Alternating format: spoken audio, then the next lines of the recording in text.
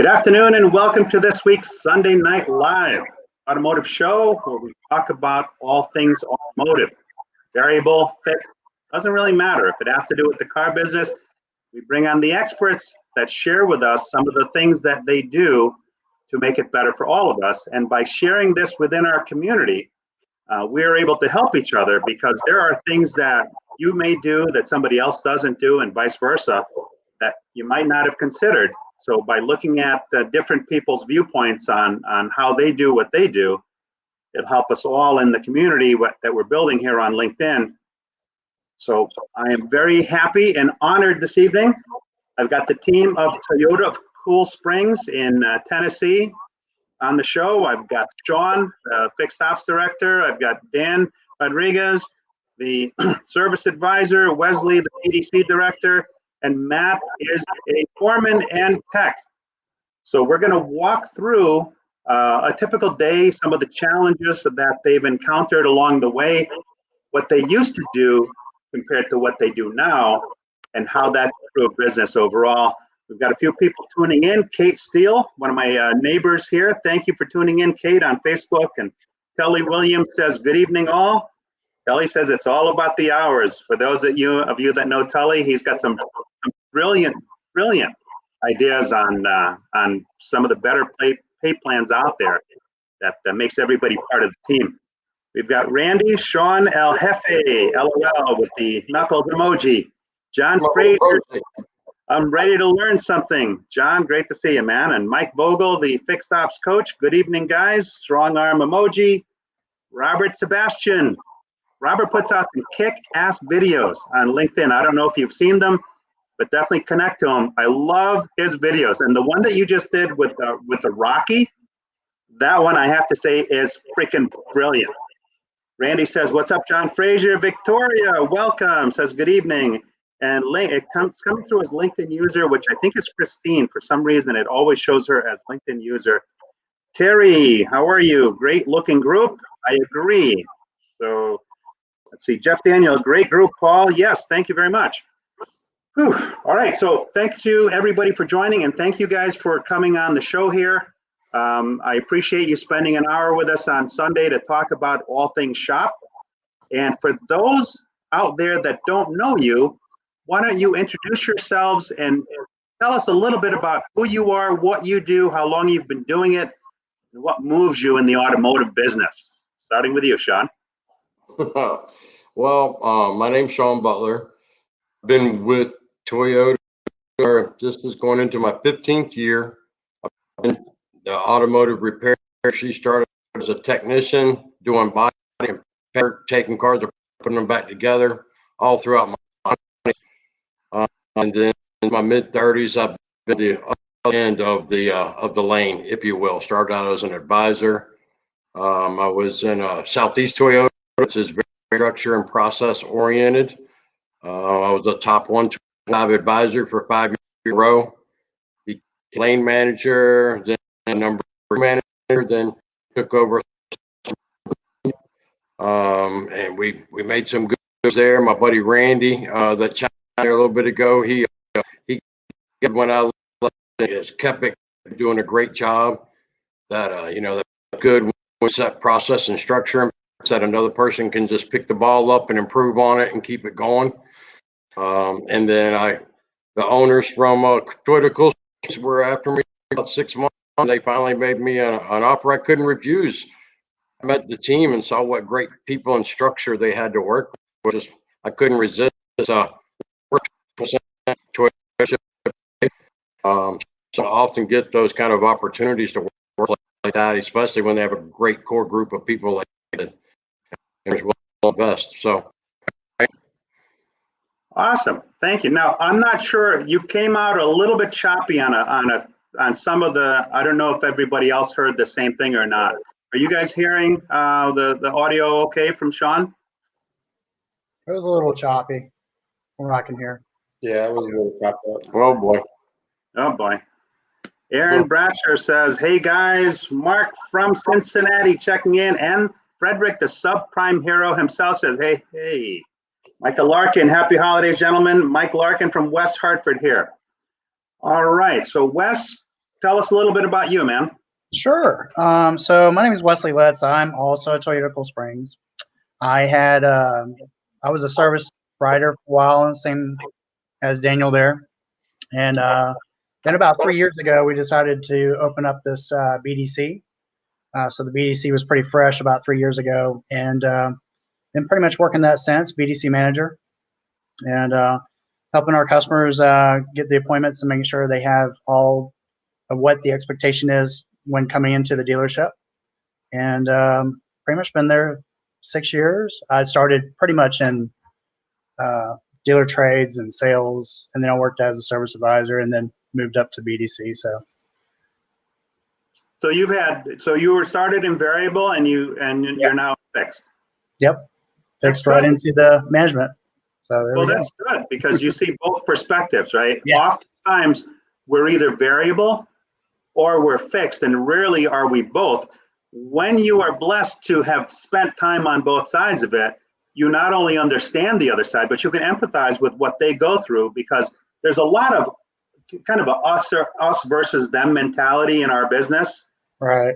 And it isn't until there's either been cross training or you've had the pleasure of working on both sides of it that you really grasp that in a different way. And then Dan, you are the guy, or one of the guys at the service counter. Tell us a little bit about you. Well, yeah, Daniel Rodriguez here. I've been a service advisor for 2 years now at Toyota.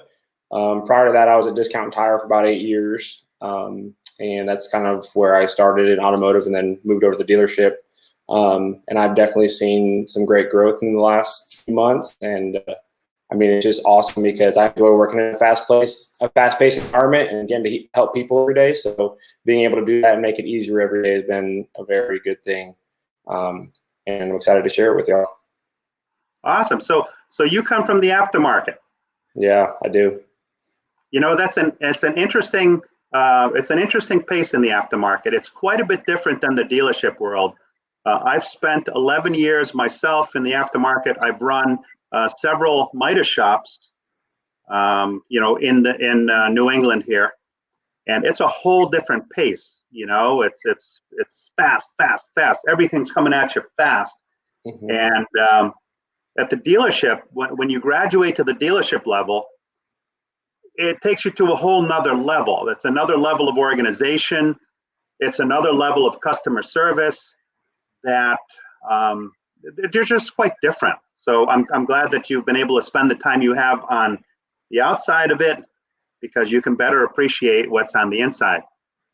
And now we go to Matt, the guy that's in the heart of the shop. There's nothing more exciting than being in a shop when everything's humming along. So tell us a little bit about you, Matt. Oh, it's exciting. Hey, I'm Matt. I've been with Toyota, I guess, since 2007. I've been at this dealership since 2009. I've been through a couple of owners, a few service managers, and quite a few people along the way. But we're humming along now, and better than ever. It just keeps getting better. It used to be a us versus them mentality. It seemed like in the shop, in the service department in general, but now it seems more like a we environment. It's a lot more cohesive than it ever has been, but we've been through a lot of changes, and we'll probably go over them during the show, but yeah, that's about it. It's exciting and coming along. Awesome. Well, welcome to the show. You know, I'm a big Toyota and Lexus fan. I don't know if you know that, but I've had 3 ESs that I put a lot of miles on that gave me no trouble at all. I did all the routine maintenance every 5,000 miles, what was due, when it was due. And I took such good care of the car that oftentimes I'd take the car in and I'd say, okay, so the book says I need to do these items, go ahead and do them. And they would come to me and say, well, but this still, the plugs still look like new. I said, yeah, but it's been 120,000 miles. I don't care. Change them, because I'm on the road. I'm not one to get stuck. And I find that the better you take care of the car, the better it takes care of you and less chance of it leaving you stranded. Now, you guys are very process driven now. And in my conversations with Sean, there's a lot of good things that have come from that, but things weren't always that way. So why don't you walk us through what some of the challenges are that you had before that, believe it or not, some stores still struggle with today.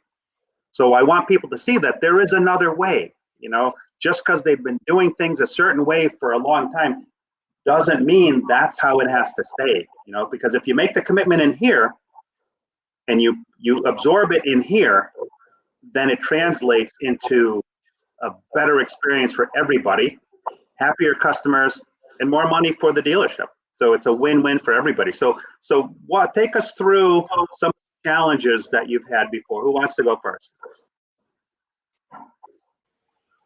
I'll go. I'll go. I think for me, only being in 6 years, I can't attest to Matt because obviously Matt's in the back. So, but for me, I come from a long line of retail in general. I have 20 plus years. So organization and leadership is really important to me. So when, of course, this is way before Sean, but we've had a few service managers that have come through that are just kind of, I would say, just kind of complacent is the easiest way to put it. They just kind of get set in their motions and just are consistently in that motion. And it becomes a whole situation where nothing's really, you don't see us moving to that next level or going a little bit higher than what is very possible for the dealership in general. So for me, it was like, okay, so what's the next step where we need to move? Because, you know, I'm one of those who are very ambitious and challenging, likes to challenge myself in general, just to kind of see where we can go as far as an individual, as a team, and as a dealership. You know, what's the possibilities we have here? So there was a good, you know, 5.5 years that was just like consistent, go through the motions. And yeah, there's never been really an organization on my end anyway. Being from an advisor to now manager in BDC, it's definitely been a little bit of a challenge, but now we have somebody who's here who can actually attest to making those changes, and it's definitely helped. So for me, it was just organization and challenging. Now, did you start the BDC there, or did you assume somebody else starting it? Well, yeah, I'm the original.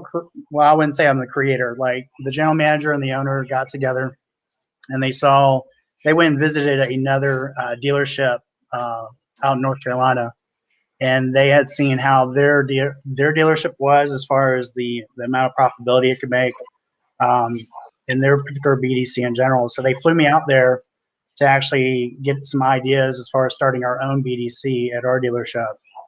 And flew out there, and I basically told them, like, man, this ship is sailing in the wrong direction. we definitely got some work to do. So they put the BDC in action. I've just been running it since, and we just made sure that every single customer that comes on the phone, we treat them like they're, you know, family. Make sure that they're you know, taken care of from the time they're on the phone until they get to the dealership themselves. So now I want you guys to pay particular attention to this, because that was huge. Okay, for a store to say, hey, you know what? We need to look at ways to improve our business. It's almost like it's like a nolo contendere in the court system. If you've ever been brought before the magistrate for a speeding offense, that says that, you know what, I recognize I have a need and we want to fix it. Now take that 2 steps further and put a guy on a plane, send him to another store, put him up in a hotel to see what others are doing successfully, take that in, bring it back home, and then implement on it. Because you can talk to, you know, before you had a BDC, what were some of the challenges that you faced? phones on the service lane constantly ringing. How many Simple rings? as that. How many rings? Oh, there was times that I think I was downstairs in the service lane answering the phone constantly myself alone because everybody was so busy trying to take care of the customers. The phone was constantly busy. I mean, it was probably 7, 8 rings before it even got answered, or it would go straight to a voicemail that honestly, some people didn't even know the passcode to get to the voicemail to figure out like who called, or if it was a client that was trying to check on their car just to kind of see where they're at as far as logistics on time. To run into that whole issue now, that customer shows up at 4 or 5 o'clock and the car is still not done because we didn't communicate in the first hand of what's going on with it. So yeah, 10, 11 times, sometimes never answered. I mean, it was a mess. And that happens more often than you would think. Now, some of us out there in stores, we know what's happening, but there are some of us that don't really want to take ownership of that or even admit that it's happening. But I'll tell you what, go ahead, Sean. If you have a phone in your lane that rings, you're losing customers. 80% of your business is on the phone. Yeah. The advisors are too busy worried about customers in front of them to answer the phone. It never happens. And in different Toyota stores, I've never seen one where the advisors answer them. It doesn't happen. And here's the killer piece.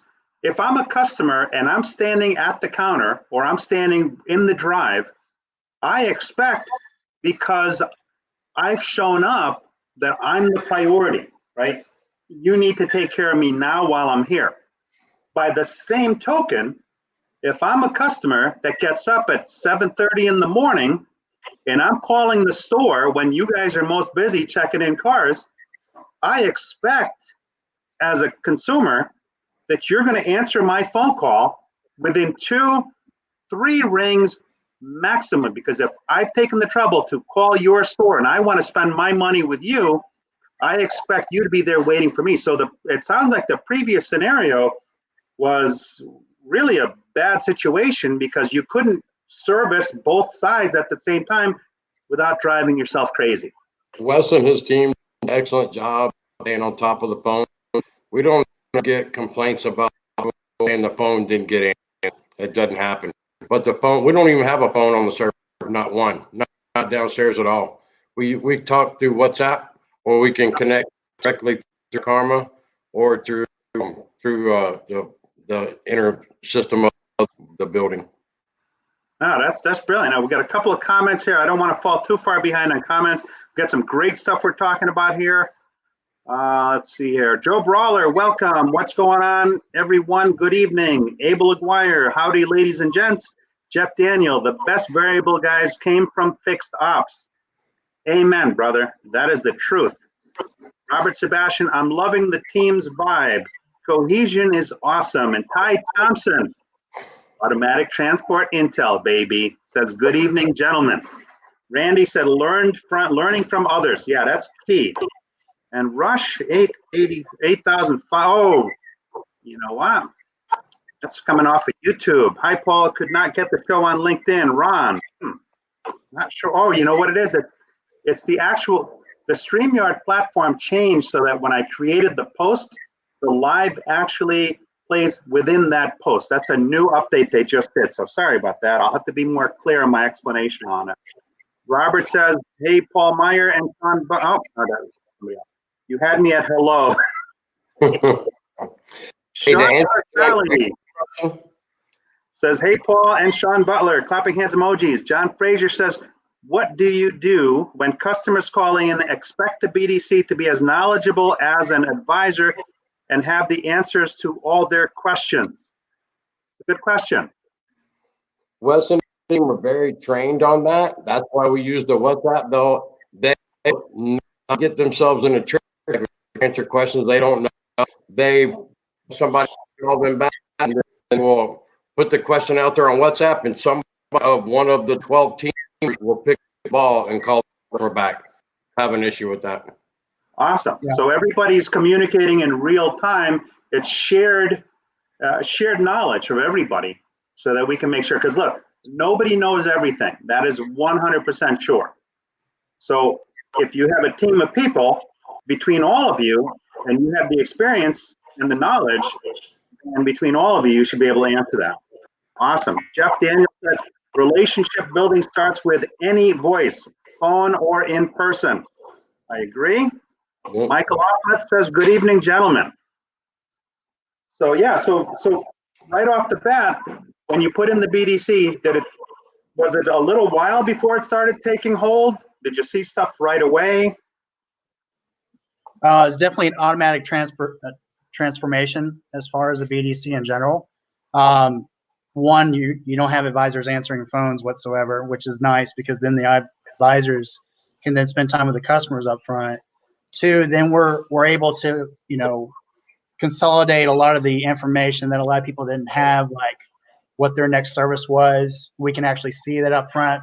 Sometimes when you're an advisor in front of other people and you're answering the phone and you're telling them to hold, and then you come back to it and you're just trying to go through the motions, sometimes you don't spend that extra time on the phone to make sure you're getting all the information to the customer as far as what their next service is. Or, if they're ready for a bigger service, we can at least give them an idea what that next bigger service is. Yeah. And then they'll at least give the expectation as far as coming to a dealership. Sometimes you don't get that. They come to the dealership, there's no expectations, there's no time allotment or anything. So you run into a lot of that before the BDC. After the BDC, expectations are set. They knew exactly what they were coming in for. And of course, we'd look up recalls for the vehicle to make sure that they can either do the recall at that time, Yeah. or they can do just some customers in the demographic that we're in. A lot of customers are more professional, so a lot of times they can't do it like right away. At least they want to get the service done. Then we can schedule the appointment for next time for them to actually do the recall that's required on the vehicle. So we run into that a lot too. But yeah, big huge change. And then you run for declined services and stuff like that. Yeah. So as far as declines itself, we get information like the next day. Just kind of call back those customers and let them know, hey, looks like you postponed or declined these.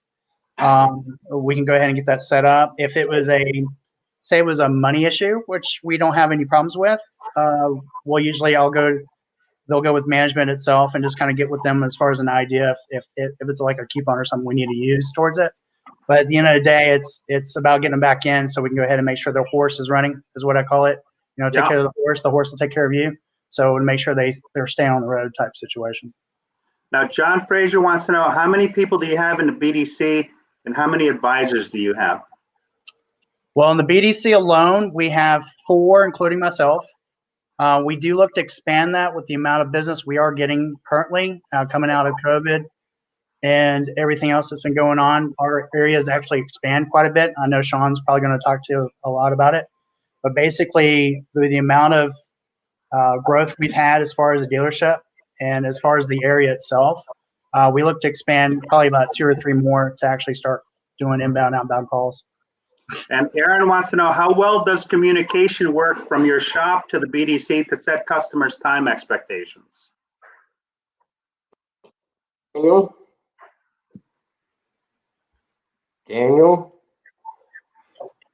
And they do a good job. For the most part, when customers come in for services, they kind of know what to expect, especially if they're going to be waiting with it or leaving it with us for the day. Same with recalls and repairs. If the appointment is set ahead of time, like Wes said, expectations are always pretty much set with the customers. They'll let us know, yeah, Kayla told me this or Wes told me this, and they kind of know what to look for. So, I mean, obviously, sometimes there's some situations where time frames change because of something that goes on in the shop with the car if we find something additional. But as far as the appointment goes, if they come in and all we do is what they came in for, they're usually pretty set up on what to expect as far as their wait time that day. Now we move on to the service desk. So you handle all the customers that come in for service, and do you greet them in the drive, or do they come to the counter? What's the procedure? So we got 2 inbounds and 1 outbound lane. Each advisor has its own podium in the lane. When someone asks how many we have, I think we have 12 advisors right now. We all have our own individual podiums. Mine is the very first one when you walk in the door. So I do get a lot of customers that park out front and walk in if they're not sure of where to bring their vehicle. But for the most part, they pull in the drive, and then we greet them at their car, and then start the walk around, and then go from there. Okay, now percentage of appointments to walk-ins. So walk-ins are inevitable. It seems like no matter how well you train the customers as to what the procedures are, best practices, you still end up with a fair number of walk-ins. Is there a percentage of walk-ins? We actually pretty much had to retrain the customer base months ago. That started with the BDC and advisors up front, because they were just taking everybody that came in, and appointments really didn't mean anything. So the time expectations were not being set. They were being run ragged. Technicians had no time to do proper MPIs. They were just trying to claw and get to the ticket. So when we established a set of parameters with Wesley upstairs, and with the advisor not having phones downstairs, they're not setting the appointments. People aren't calling in. So they had the expectation. Paul Meyer rolls in, says, "Hey, I don't have an oil change, but I want to get I don't have it, but I'd like to get my car service today." Daniel's going to tell you, Paul, "Hey, that's no problem, sir. We'll get it. Will you be dropping off, or are you going to take advantage of our shuttle?" Right? So we're going to encourage that person to, we'll get it handled. But why don't you just leave it with us? And you have to understand that 2 minimum and our requirements come first. One of the very first things we established back in July. That's key, because there are a lot of stores that don't subscribe to that. You want to be all things to everybody, but you really can't. And at the end of the day, everybody loses. You guys lose your mind. The customers, they get frustrated because the expectations aren't set. Now, that I'm sure that took a little bit of a while to get them to. They actually respect it. It's a more higher area. The average coming is close to 100 grand per household. So they're to having an appointment. Their appointments mean something. If they appointment now, "Hey, I don't have an appointment, but can you work me in today?" We don't get any really that demand. "Get my car in right now." That just doesn't happen. Oh, that's awesome. So so Dan, I pull into the shop, and then walk me through, the meet and greet, the walk around. Walk me through that. Well, so I'll always meet customers at their driver's side door, and I'll always, open the door for them and introduce myself, and kind of just, ask how they're doing for the day, and then we'll get started with, what time's your appointment? What are we here doing today? And start doing I'll ask them if we can do a walk around in their vehicle together. After, the wheels have been cut, we'll check wiper blades, pop the hood, look for battery corrosion, look for any leaks that might be visible at the time, or any sort of anything that's wrong. If so, obviously always show the customer. We take pictures during our walk around the vehicle, and then we'll go back to my podium and we'll start getting you checked in. So I'll always try to, to know my customers as much as possible, find out, what they do, where they're from, what they got going on for the day or the week or the weekend. And then I'll go through, while I'm talking to them, be pulling up service history, checking for recalls, seeing what their maintenance schedule looks like and where it's at, and then get together a ticket, let them know what they're due for that day. And if there's anything else that they might not know of, like if there's lately we've been having a lot of recalls that are an interim notice. So I'll always try to let customers know, hey, you do have this new recall out. We're still waiting on some remedies for it, but you'll be getting some literature from Toyota about that. So I always try to keep them updated on their vehicle as much as possible, because the more they know about their car, the more comfortable they feel with it. And if they know what to do this service and the next service, that's what I'm there to do for them, so they can kind of maintain their car with ease. And then we can check off on that, if they're leaving it, if they're going to be waiting, and then go from there. Communication is key, right? If we know what the next steps are, then it avoids a whole lot of trouble. Like when, let's say I come in, is there a certain, what time I come in? Is there a certain promise time as far as, confirming with me when you're going to have an estimate for my car, if you haven't already looked at it? Yeah, so like if a customer comes in for an oil change and they say I'm going to sit here and wait with it, I'll let the customer know we'll have them done and out of there in about 90 minutes. That way they kind of know what to expect as far as wait time goes. If they're going to drop it off with me, I let them know that it'll be done later that day, and I'll call them as soon as it is finished. I can usually, just based on the shop flow, especially lately with the electronic dispatch we've been having, you can kind of gauge where things are at with drop-offs and waiting appointments. So I'll obviously try to always, under promise, over delivered. You know, try to give them a little bit, give myself some time, and then if it gets out earlier, just let them know, hey, we got you out a little bit earlier today. Here's all your paperwork, and then go from there. So try to do the best we can with that. This kid is smart. Personalization of the service, building up the value with the walk around, setting the proper expectations and communications. That's it's almost like somebody had some training on there and some process installed there. Hashtag training matters. Yeah. That's one of the things that a lot of stores overlook. But Daniel, I challenged Daniel a couple of months ago that I thought that he could be a lot better than he was. It wasn't that he was bad. I just better. And he has really stepped up his game over the last 6 weeks. I'm kidding. Now, when Dan talked about the walk around, he talks about the wipers and things like that. And what I love about that is that, look, we're not going to get rich off of wiper blades. Nope. We're not going to get rich off of light bulbs. And some of that stuff actually costs us money to do. Customers don't realize that. But the time that it takes you to do it and what you can charge for it, there are some things that cost us money. But the beauty of that is, you know, I'm a customer. I'm driving my car, I'm about to hit 66,000 miles on my Subaru, right?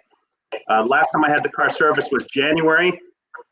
I'm just trying to get to January again to see if I can go a full year without having had service done, because I've switched from being on the road to working out of the house. So I may have had an issue with wipers when it rained, but if it hasn't rained for several weeks and I don't remember that I had an issue with the wipers and you guys don't check it, and I pick up my car and leave after having it serviced with you, the next time it rains, guess who I'm going to be pissed at? Not me for forgetting to mention it, but you guys, because you guys service my car. I put my trust and faith in you, and I spend my money with you to take care of me and to look out for me. So that is a key point right there. Also, like complimentary battery checks. Is that included as part of your walk around? Matt, how much money did we spend on battery testers in the last 3 months? I don't know. $1,000. Yeah. Every car gets a battery test. Brilliant. And that's year round. Yes, sir. Every visit. It's supposed to be state RO. And now here's the beauty about the battery inspections that a lot of people don't think about. Your amperage draw on a starter in the dead of winter when it's 0 degrees out is somewhat different in the summertime, no? Oh, yeah. So if your battery's borderline, and I haven't been in the shop in quite some time, you could avoid me having to get stuck on the road by doing a simple battery inspection. I'm not having any trouble with the battery at all.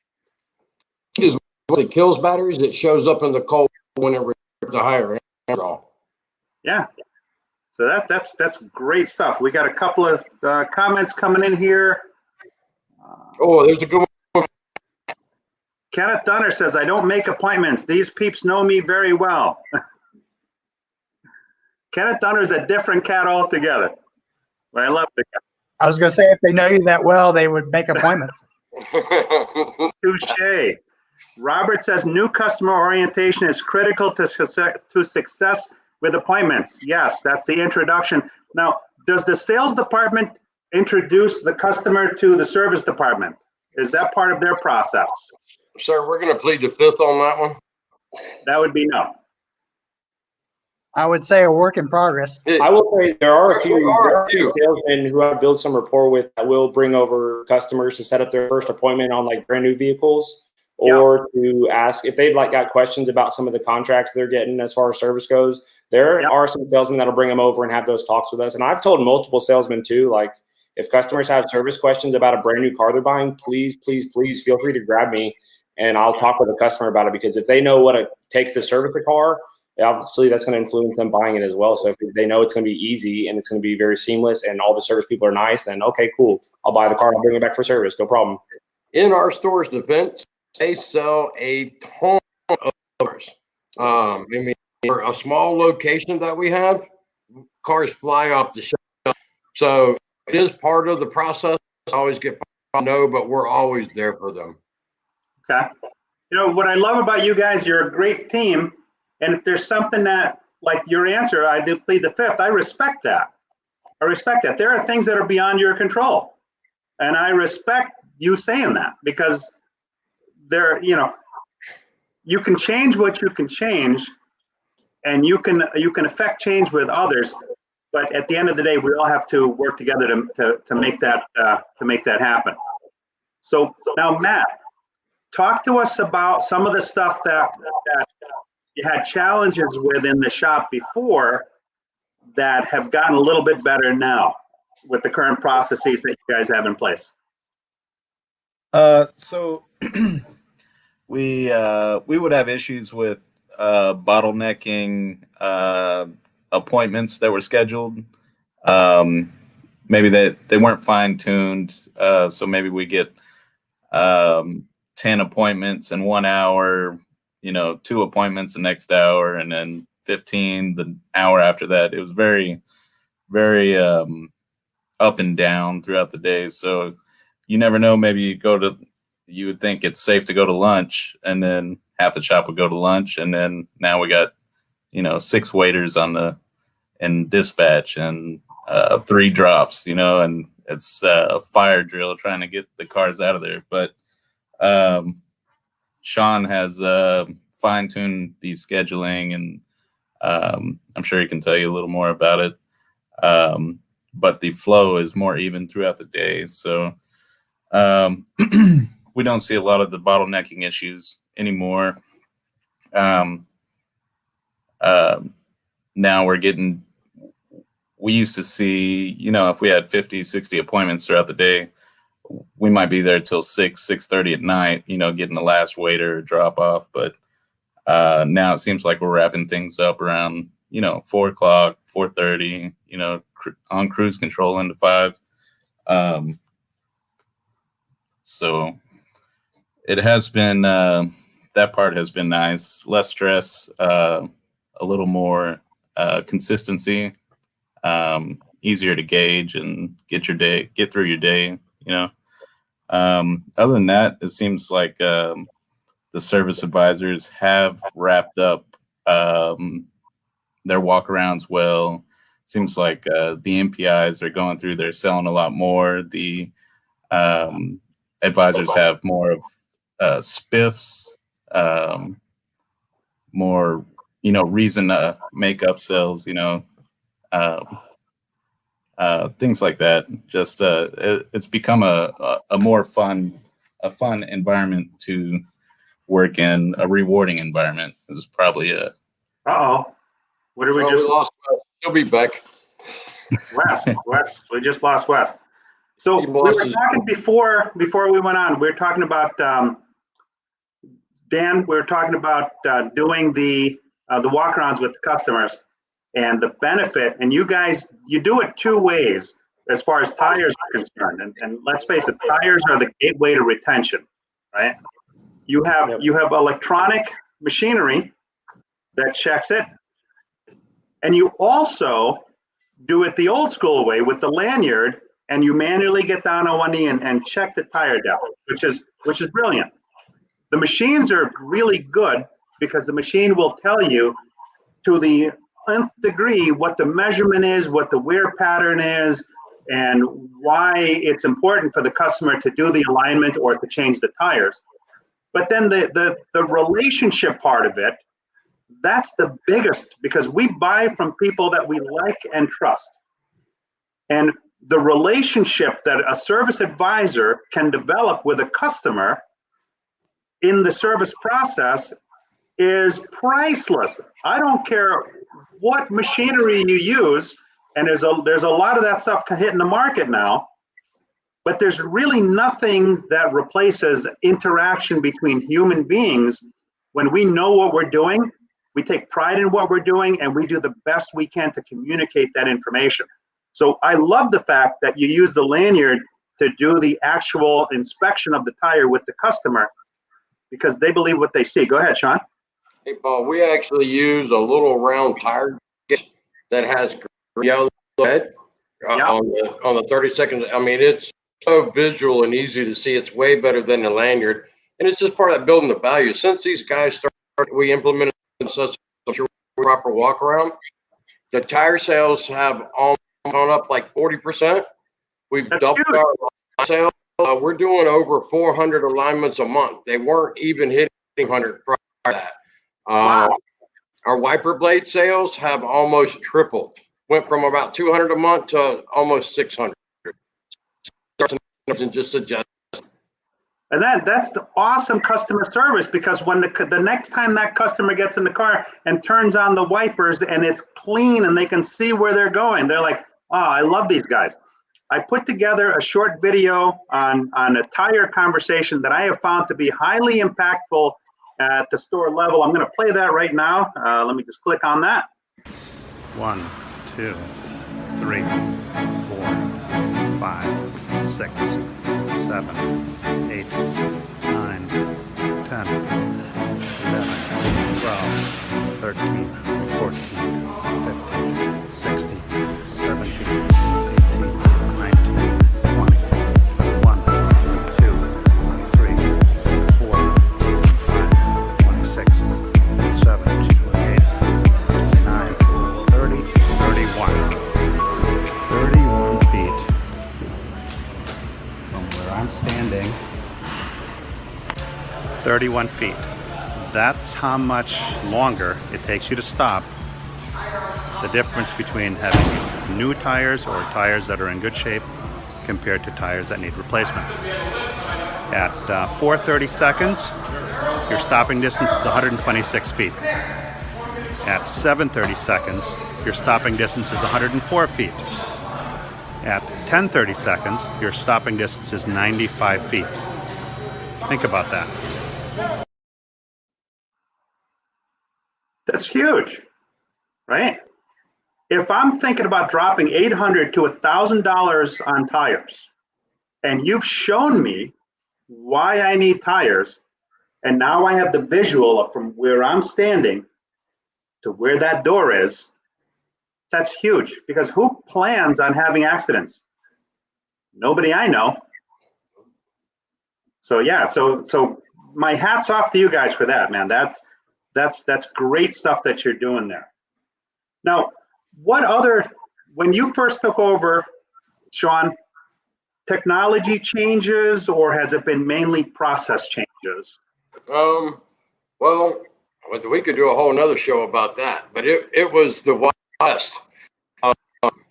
Really, it was a huge dump of just influx of people coming in. I'm talking, what, Daniel, 100, 120 cars by 1 o'clock a day? Yeah, first 4 hours, 100 cars. Yeah, it was crazy. So nobody could keep up. Nobody could do anything. So I actually freaked the ownership out and actually cut the appointments back at first so we could get a handle on it in the shop. And with our staffing level, we identified the fact that the express teams didn't have tools.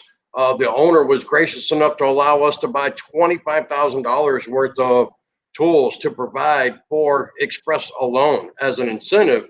It's a box, comes fully loaded with everything they need. They move to the apprentice program. They take that box with them. I had went into X-Time. X-Time's a great, wonderful tool where you can structure your appointments throughout the day and how many and what kind and how many waiters. And so we structured that all off. We hired, we trained, we staffed. Then we initiated process, the walk around, got all of those things going. Wes got it tamed down. We actually cut the recalls back. We were getting an overflow with recall, couldn't do customer work. We cut that way back until we got a handle on it. We went into the shop. There was a lot of things that hadn't been well maintained over the years. Rebuilt the brake lays. We bought a new tire machine. We bought another balancer. Anything we needed, the owners have been super supportive. We had a great core group of guys who really wanted some leadership. They didn't have a shop foreman. Everybody was just fending for themselves, practically begging Matt to come help them because he's MDT or something, you know. And so by establishing some leadership, we found a great service manager. He's not with us tonight, Josh Andler. He was a former service director in California. We have a Joe Pazio out in the lane. He's a retired service director as an advisor. We named a lane manager. We got a shop foreman now. You're looking at him there on the screen, right? So he gets paid to make sure that everybody else is more productive and getting the jobs fixed right the first time, which is what we want. We don't like comebacks, right? We added the equipment. We added the tools. We made some funds and games. We gave away a lot of cash at the end of last month to the technicians, a big giant pull board thing. We had some fun based on their productivity, different spiffs and incentive programs we have. We change it up every week and every month to try to keep them engaged. I mean, we got beasts. These techs are turning 80 to 100 hours a week. I saw John Fraser ask. Wow. Yeah, we saw John Fraser ask. I mean, you got to figure we're getting almost 6,000 hours a month out of a 30-bay shop, and I think we can do 7. I mean, Wow. right now, what used to take us till 5:30, 6 o'clock and struggle, like Matt was talking about earlier, the guys are turning more hours, the ELR's higher, and we're getting done earlier. So we're ready for more customers. Yeah. And the electronic dispatch was a huge piece. It was changed, but Matt guided through it, worked with it and everything. Our actual hours productivity today, I had an industry expert tell me that technicians, number of hours we're open, that if we could do 215 or 220 hours a day, that would be maximum efficiency. We passed that. Wow. And we're still going. So Now, couple things I want to throw in it. John Fraser says you should hear the folks in Georgia. You better fix my car right now is said almost daily. And Mike Carmelin wants to know, what programs are you using for electronic dispatch? For the rentals, we just turned it on. Part of the, it's all about setting up the technicians and then being managed properly. That's part of Matt's job, is he has to manage the dispatch and make sure the jobs are going to the right people or switch somebody over. But also all the advisors and Wes and everybody has the access to see the dispatch. I've got it color coded. Red means it's waiting to go in the shop. Blue means parts are on order. Yellow means it's being worked on. Anybody in our building can see where the shop stands at any given moment to provide proper estimates, know who's working on. You know how much time we save walking back and forth in the shop? That's huge. It's incredible. But we've increased our efficiency probably 15, 20%.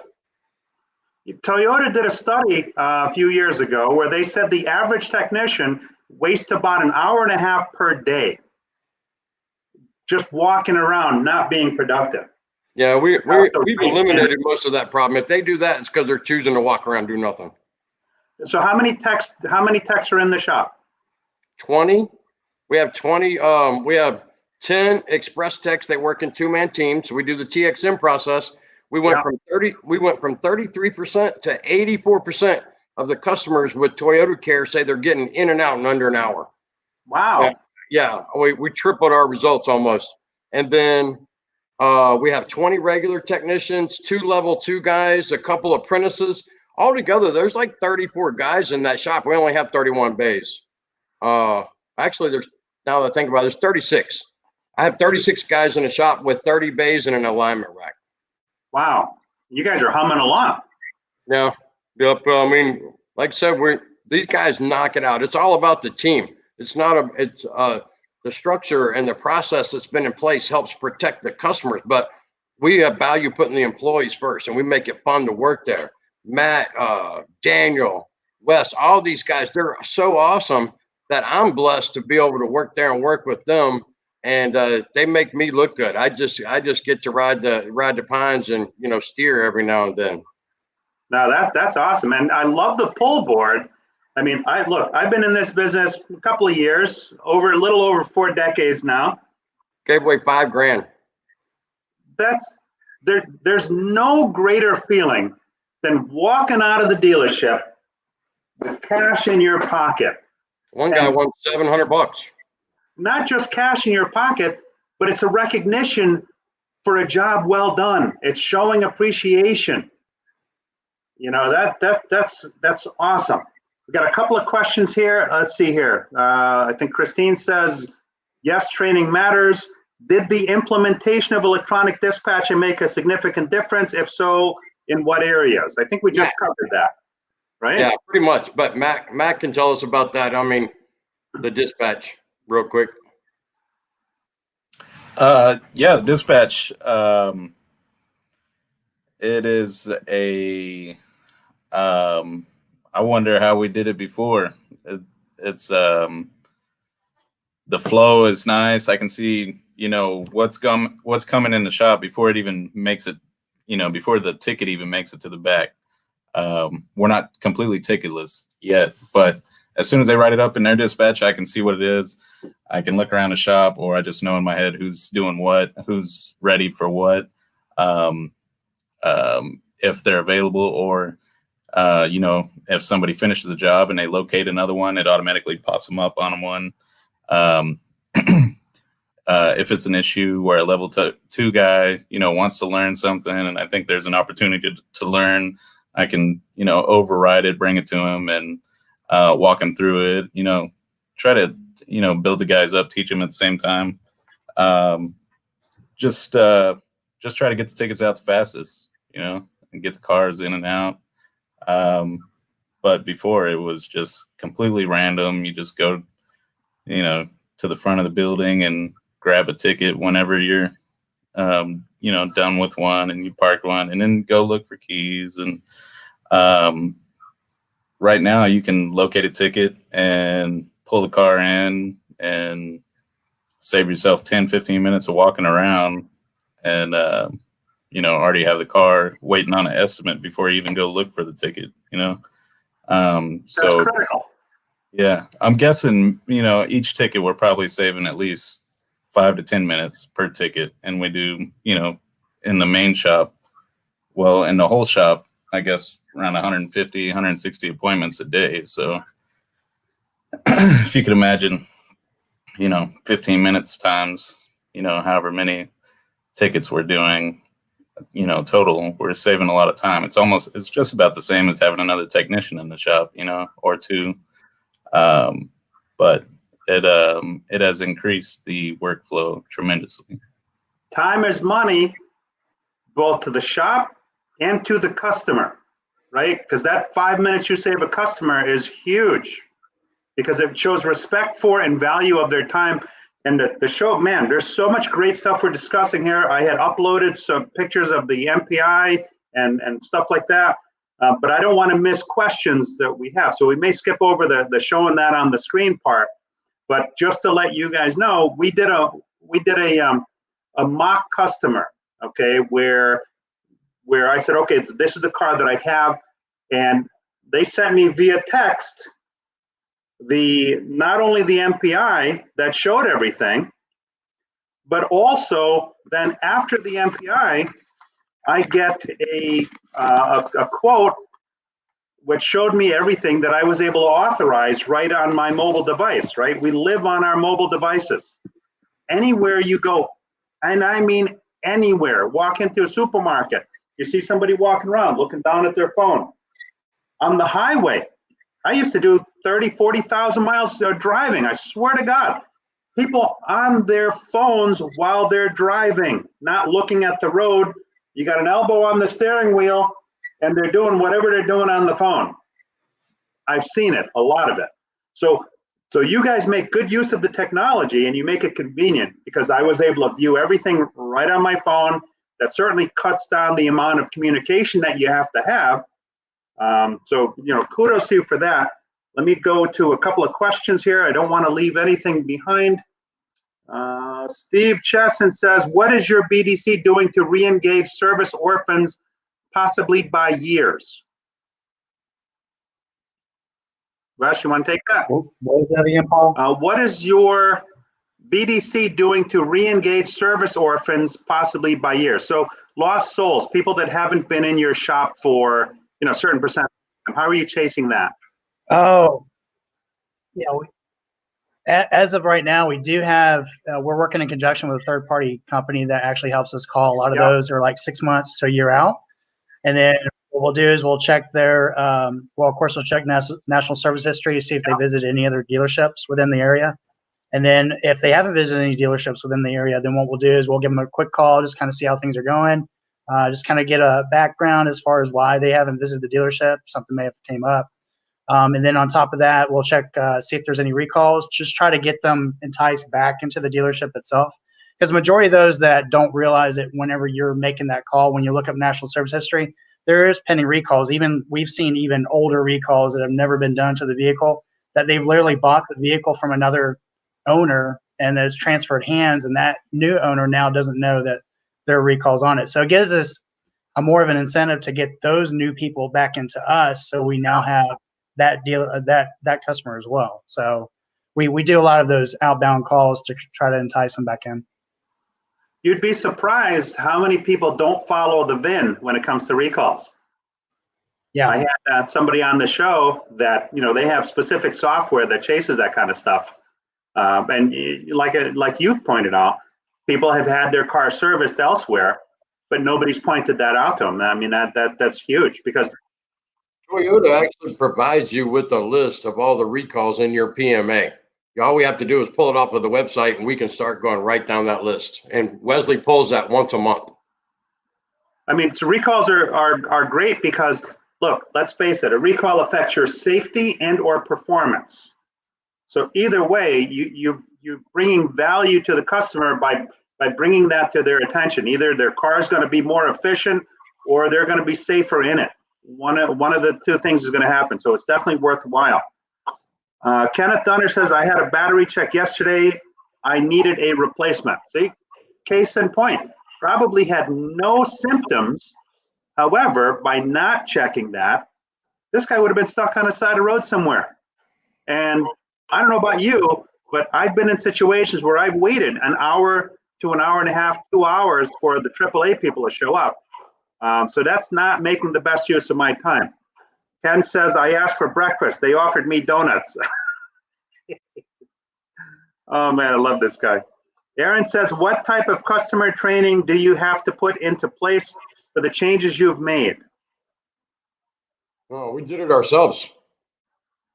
I mean, customer training, the BDC, Wesley works with those folks. I worked hand in hand with the advisors. Matt has been working with the technicians. We've set the expectations that it's a white glove treatment. We put the employees first, and then if you do that, the employees will in turn put the customers first. That's just the way it works. And that starts from our ownership on down. They really treat their employees well. They believe in us. They give us free reign, to pass or fail. They've invested in us. They haven't told us no for anything that we needed, So, it pervades our whole entire essence as a dealership that we are customer service focused. We don't have many bad apples. That's one of the things that we established right off. Bad apples or attitudes will not be tolerated. The customer comes first, but it starts with the employees being put first. There's an Italian-American saying, the fish stinks from the head. All right. So leadership from the owner down is critical to the total success of a store. Right? Amen. They have to believe it. They have to practice and preach it, because when they do, that's when you guys share the vision with your customers. So that's key. Let's see here. Pulled. And somebody, you know what? I apologize. Some of these comments are coming through with LinkedIn user, and it's more than just Christine. So I do apologize. I don't see that in the platform. But the question is, or the statement is, pull the recently sold list and send an introduction service communication. But it's kind of what we touched on, the Leo list that's available through Toyota. Yeah. And Mark Williamson says, did I hear your advisors don't have phones? That's correct. They can use their own personal phones and go through My Karma, which doesn't show their number, but we don't have one phone downstairs. So that's outgoing to communicate with the customer. That's it. The incoming calls, I'll go through Wesley and his people.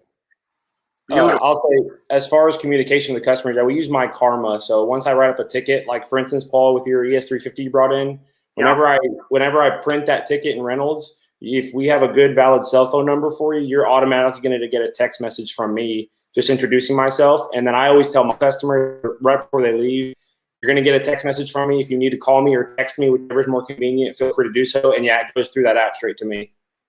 I got that on my phone, and I'm going to read it. It says, "Thank you for choosing Toyota of Cool Springs, a state-of-the-art automotive service center with the latest tools and technology to repair your vehicle.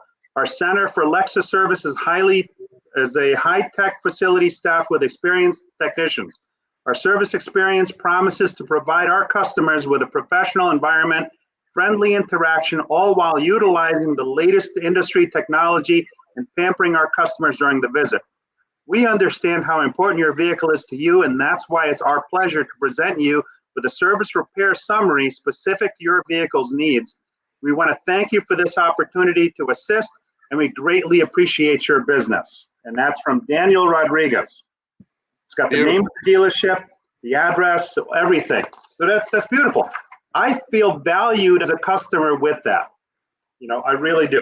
And then, like I said, I didn't want to take time sharing because I didn't want to miss comments, but I got a thorough computer printed MPI.